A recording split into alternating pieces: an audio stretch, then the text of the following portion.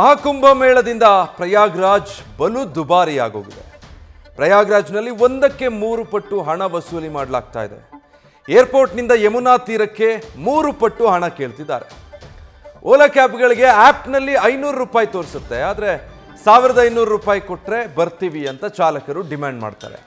ಇನ್ನು ಲಾಡ್ಜ್ಗಳು, ಹೋಟೆಲ್ಗಳಲ್ಲಿ ಸಾಮಾನ್ಯ ದಿನದಲ್ಲಿ 1000 ರೂಪಾಯಿ ಇರುತ್ತೆ ಉಳಿದುಕೊಳ್ಳೋದಕ್ಕೆ. ಆದರೆ ಈಗ ಕುಂಭಮೇಳದ ಹಿನ್ನೆಲೆ 3ರಿಂದ 4000 ರೂಪಾಯಿ ಹಣಕ್ಕೆ ಡಿಮ್ಯಾಂಡ್ ಮಾಡ್ತಿದ್ದಾರೆ. ಹೊರಗಿಂದಂತ ಬಂದ ಭಕ್ತಾದಿಗಳು, ಪ್ರವಾಸಿಗರಿಂದ ಈ ರೀತಿ ವಸೂಲಿ ಆಗ್ತಾ ಇದೆ.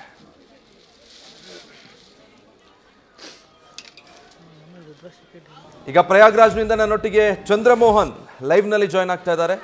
ಚಂದ್ರಮೋಹನ್, ಕುಂಭಮೇಳ ಸಂಭ್ರಮ ಒಂದು ಕಡೆ ಹೇಗಾಗ್ತಾ ಇದೆ, ಜೊತೆಗೆ ಸದ್ಯ ಈ ವಿಚಾರಗಳು ಅಂದ್ರೆ ಒಂದಕ್ಕೆ 3 ಪಟ್ಟು ವಸೂಲಿ ನಡೀತಾ ಇರೋದು ಹೌದಾ?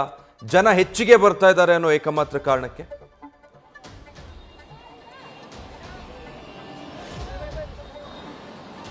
ಹೌದು ವಿಜಯ್, ಮುಖ್ಯವಾಗಿ ಪ್ರಯಾಗ್ರಾಜ್ನಲ್ಲಿ ಈ ಬಾರಿ ಮಹಾಕುಂಭ ಮೇಳ ನಡೀತಾ ಇದೆ. 12 ವರ್ಷಗಳಿಗೊಮ್ಮೆ ಕುಂಭಮೇಳ ನಡೆಯುತ್ತೆ ಮತ್ತು 12 ಕುಂಭಮೇಳಗಳು ನಡೆದ ಬಳಿಕ ಈಗ 144 ವರ್ಷಗಳ ಬಳಿಕ ಮಹಾಕುಂಭ ಮೇಳ ನಡೀತಾ ಇದೆ. ಈ ಮಹಾಕುಂಭ ಮೇಳದಲ್ಲಿ ಪ್ರತಿನಿತ್ಯ ಈಗ ಲಕ್ಷಾಂತರ ಮಂದಿ ಭಾಗವಹಿಸ್ತಾ ಇದ್ದಾರೆ. ಮೊದಲ ದಿನವೇ ಈಗ 1.5 ಕೋಟಿ ಜನರು ತ್ರಿವೇಣಿ ಸಂಗಮದಲ್ಲಿ ಪುಣ್ಯ ಸ್ನಾನವನ್ನ ಮಾಡಿದ್ದಾರೆ. ಎರಡನೇ ದಿನ 3.5 ಕೋಟಿ ಜನ ಅಮೃತ ಸ್ನಾನವನ್ನ ಮಾಡಿದ್ದಾರೆ.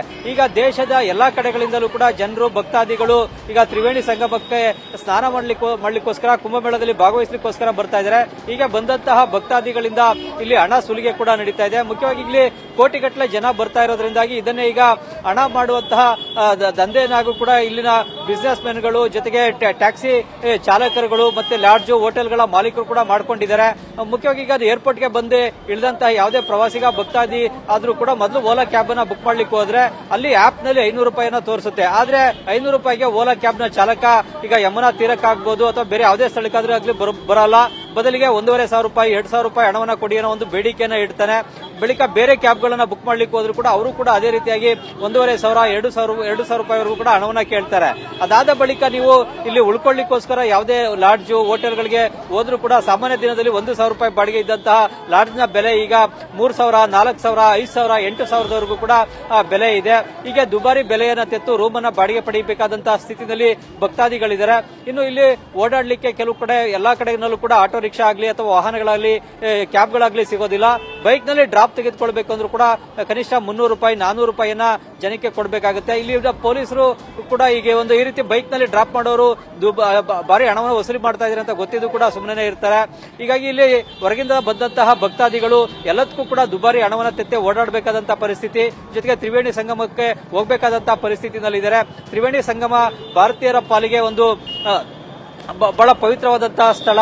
ಗಂಗಾ, ಯಮುನಾ ಮತ್ತು ಗುಪ್ತಗಾಮಿನಿಯಾದಂತಹ ಸರಸ್ವತಿ ನದಿಗಳ ಸಂಗಮ ಸ್ಥಳ. ಈ ಸಂಗಮ ಸ್ಥಳದಲ್ಲಿ ಸ್ನಾನವನ್ನ ಮಾಡಿದ್ರೆ ಪುಣ್ಯ ಪ್ರಾಪ್ತಿ ಆಗುತ್ತೆ, ಜೊತೆಗೆ ಪಾಪಕೃತ್ಯಗಳ ನಿವಾರಣೆ ಆಗುತ್ತೆ, ಮೋಕ್ಷ ಪ್ರಾಪ್ತಿ ಆಗುತ್ತೆ ಅನ್ನೋ ಒಂದು ನಂಬಿಕೆ ಇದೆ. ಆದ್ರೆ ಈಗ ಭಕ್ತರ ಭಾವನೆಗಳನ್ನೇ ಎನ್ಕ್ಯಾಶ್ ಮಾಡಿಕೊಂಡು ಇಲ್ಲಿ ಹಣವನ್ನ ಸುಲಿಗೆ ಮಾಡತಕ್ಕಂತಹ ಕೆಲಸಗಳು ಕೂಡ ನಡೀತಾ ಇವೆ. Vijay, thank you Chandramohan. News first, ನಿರ್ಭೀತಿಯಿಂದ ನಿಮ್ಮ ಪರವಾಗಿ.